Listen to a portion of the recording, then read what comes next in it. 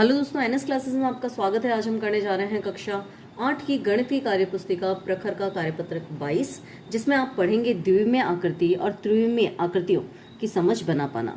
तो सबसे पहला प्रश्न दिया हुआ है, मिलान कीजिए। तो घनाभ का चित्र जो है 6 फलक से मिलकर बना होता है और 6 आयताकार फलक होने चाहिए, तो हम इससे मिला देंगे। शंकु जो है, शंकु के अंदर एक तो त्रिभुजाकार आकृति होती है और एक गोल आकृति होती है, मतलब वृत्त की आकृति होती है, तो इससे मिला देंगे। अगला है बेलन। बेलन के अंदर एक आयताकार चित्र मिलता है और 2 वृत्त मिलते हैं, इससे मिलाएंगे। और घन के अंदर 6 फलक होते हैं, लेकिन वो वर्गाकार फलक होते हैं, तो हम इससे मिला देंगे। अगला प्रश्न है, दी गई आकृतियों को देखकर सारणी की पूर्ति कीजिए। तो आकृति हमें सबसे पहले दे रखी है घनाभ की। घनाभ के अंदर फलक या समतल पृष्ठों की संख्या आ जाएगी 6, शीर्ष या कोने हो जाएंगे 8 और किनारे हो जाएंगे 12। इसी तरह से बेलन के अंदर फलक और समतल पृष्ठों की संख्या हो जाएगी 2।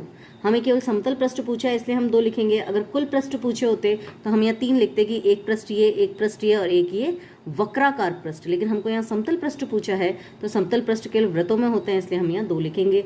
कोने जो हैं, शीर्ष या कोने जो हैं बेलन में नहीं होते हैं, इसलिए 0 लिखेंगे। और किनारे जो हैं, यहाँ पर जो ये किनारे मिल रहे हैं, ये हो जाएंगे 2 किनारे। इसी तरह से हम शंकु की बात करें तो शंकु के अंदर होता है एक वक्राकार पृष्ठ और एक वृत्ताकार पृष्ठ। तो हमें यहाँ पे केवल समतल पृष्ठ लिखना है, तो हम यहाँ केवल समतल पृष्ठ में वृत्त के अंदर जो पृष्ठ मिल रहा है उसको ही लिखेंगे, वक्राकार पृष्ठ को नहीं लिखेंगे। तो यहाँ पर एक पृष्ठ हो जाएगा।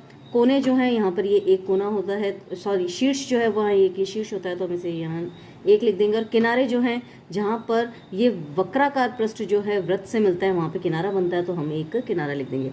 अब बात करते हैं हम यहाँ घन की। तो घन के अंदर होते हैं 6 फलक, शीर्ष या कोनों की संख्या होती है 8 और किनारों की संख्या होती है 12। अगला प्रश्न है, नीचे दी गई वस्तुएं किस प्रकार की त्रिविमीय आकृति के उदाहरण है बताइए। तो एक ज्यामिति बॉक्स जो होगा वो घनाभ का उदाहरण होगा और गोल तरबूज जो है वो गोला या गोले का उदाहरण होगा।